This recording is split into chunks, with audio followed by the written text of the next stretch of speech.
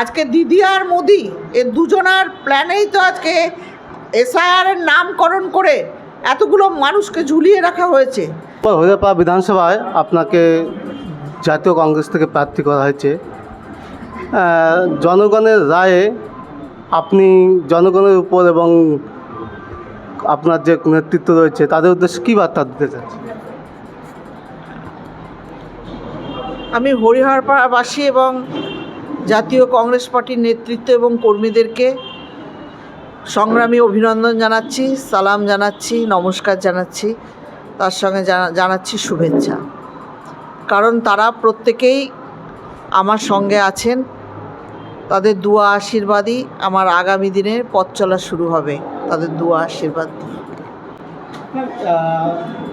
এখানে ৭৩ নম্বর হরিহরপাড়া বিধানসভায় যে সকল প্রার্থী এবছর ক্যান্ডিডেট হয়েছে তার মধ্যে তৃণমূল কংগ্রেসের দুবার বিজয়ী প্রার্থী নিয়ামত শেখ, তৃতীয়বারের জন্য ওনাকে প্রার্থী করা হয়েছে।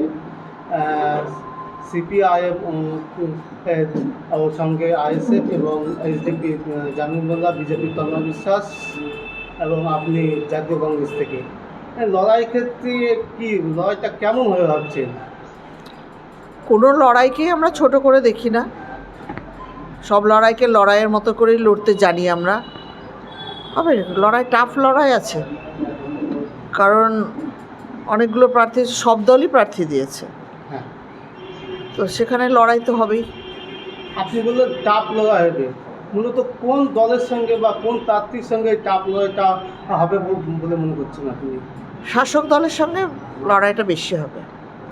শাসক দলের সঙ্গে তো আপনাদের 2021 শাসক দলের বিরুদ্ধে আপনাদের 2021 সালে জোট হয়েছিল, সেক্ষেত্রে আপনারা 2011 সালে 2021 সালে হয়েছিল সিপিএম, কংগ্রেস এবং আইএসএফ এর সঙ্গে। সেক্ষেত্রে আপনাদের যে ব্যবধান ছিল মানে 14,000-এর একটু বেশি। এই ক্ষেত্রে এবার কি সেই ব্যবধানটাকে আপনারা একা লড়াই করে কি কাটিয়ে উঠতে পারবেন? পারবো। আমাদের সর্বভারতীয় নেতা শ্রী রাহুল গান্ধী, খাড়গেজি, সোনিয়া গান্ধী ওনারা সিদ্ধান্ত নিয়েছেন, আমরা একলা চলনের নীতি নিয়েছি। আমরা কারোর সঙ্গে জোট নয়, আমরা একার ক্ষমতায় লড়ব। কারণ জোট গ্রাম বাংলার মানুষ মেনে নিতে চাইছেন না। 34 বছর বামপন্থীরা এখানে ছিল, তাদের উপরে মানুষের ক্ষোভ দুঃখ অনেক জমে আছে। তো আমরা সে কথা চিন্তা করেই, কর্মীদের কথা চিন্তা করে আমরা তো একলা চলনের নীতি নিয়েছি। এখন এবারে কারোর সঙ্গে জোট আমরা করছি না। আপনি 2026 সালে এখান থেকে নির্বাচিত হলেন, তাহলে নির্বাচিত হওয়ার পর আপনি কোন বিষয়গুলোর উপর জোর দেবেন? তো চলছে পশ্চিমবঙ্গে নারী নির্যাতন, নারী শোষণ, নারী ধর্ষণ, তার বিচার হয় না পশ্চিমবঙ্গে। অথচ বলতে লজ্জা লাগে, বাংলার মুখ্যমন্ত্রী বলে আমি বাংলার মেয়ে। বাংলার মেয়ে হয়ে বাংলার মেয়েরা যখন অত্যাচারিত হয়, ধর্ষিত হয়, তখন তাদের বিচার হয় না। তাদের বিচারের বাণী নীরবে নিভৃতে কাঁদে।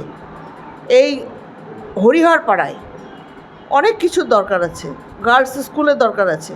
পেঁয়াজ চাষিরা তাদের পেঁয়াজ ফেলে দিচ্ছে রাস্তায়, তাদের জন্য কোনো হিমঘর নেই। হরিহরপাড়া একটা গ্রাম্য এলাকা, সেখানে মহিলারা পাটকাঠি এসব দিয়ে রান্না করে, প্রায় আগুন লেগে যায়। এখানে একটা ফায়ার ব্রিগেডের দরকার আছে, অফিসের দরকার আছে।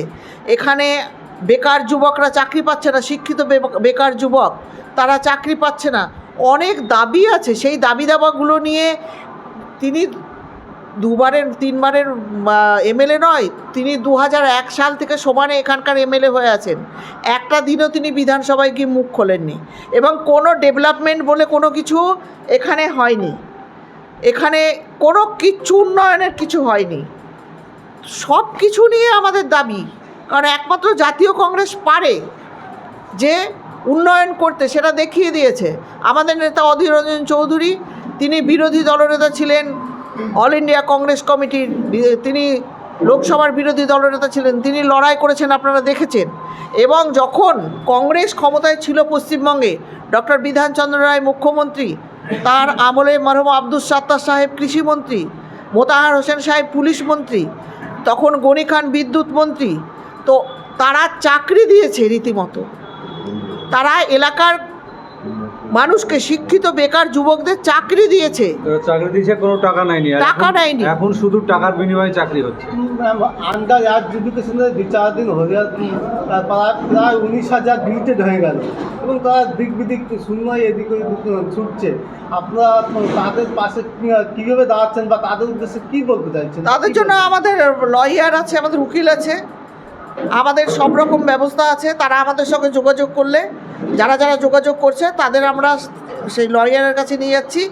এবং আপনারা জানেন না, আমাদের যিনি ক্যান্ডিডেট হয়েছেন মাহতাব সাহেব ফারাক্কার বিধানসভার, তারও অ্যাডজুডিকেশনে নাম হ্যাং ছিল সুপ্রিম কোর্টে।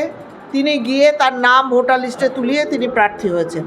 তো আমরা যারা আমাদের কাছে আসছে তাদের জন্য আমরা সব রকম প্রচেষ্টা করে তাদের যাতে ভোটার লিস্টে নাম ওঠে তার ব্যবস্থা করব। অবশ্যই ওঠাবো, আমরা তাদের নাম অবশ্যই ওঠাবো, একজনও কাউকে বাদ দেবো না। আমরা আমাদের সেই প্রক্রিয়া আমাদের চলছে। গতকাল অমিত শাহ বললেন যে ইউসিসি অর্থাৎ অভিন্ন দেওয়ানি আইন, অর্থাৎ সবার জন্য একই আইন, এতে বিরোধীরা তো মোটামুটি দেখলাম তো উষ্মা প্রকাশ করছে। এই ইউসিসি অর্থাৎ অভিন্ন দেওয়ানি আইন নিয়ে আপনি কী বলবেন? ওদের মুখে এক কথা, ওদের অন্তরে আর এক কথা। আজকে দিদি আর মোদি এ দুজনার প্ল্যানেই তো আজকে এসআইআরের নামকরণ করে এতগুলো মানুষকে ঝুলিয়ে রাখা হয়েছে। এটা প্ল্যান করে করা হয়েছে। এরা দিদি আর মোদি প্ল্যান করে করেছে। হিন্দু ভোট বিজেপি নেবে, মুসলিম ভোট দিদি নেবে।